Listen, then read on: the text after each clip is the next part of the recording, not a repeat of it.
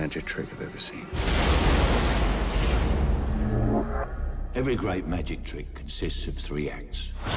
The first act is called the pledge.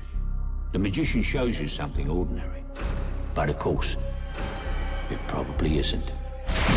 The second act is called the turn. The magician makes this ordinary something do something extraordinary. Now you're looking for the secret, but you won't find it. That's why there's a third act called the prestige. This is the part with the twists and turns. You see something shocking you've never seen before. This was built by a man who can actually do what magicians pretend to do. Real magic. Abracadabra.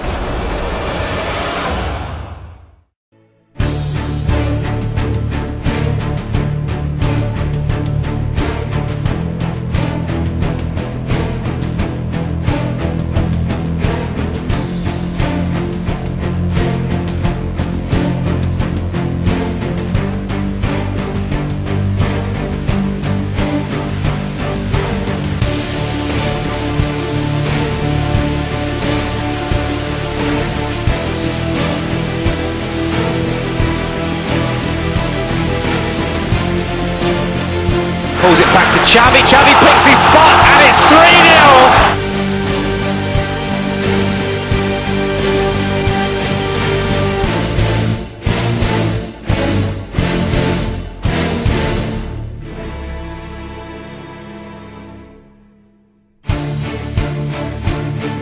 Here is Xavi. Xavi goes for goal.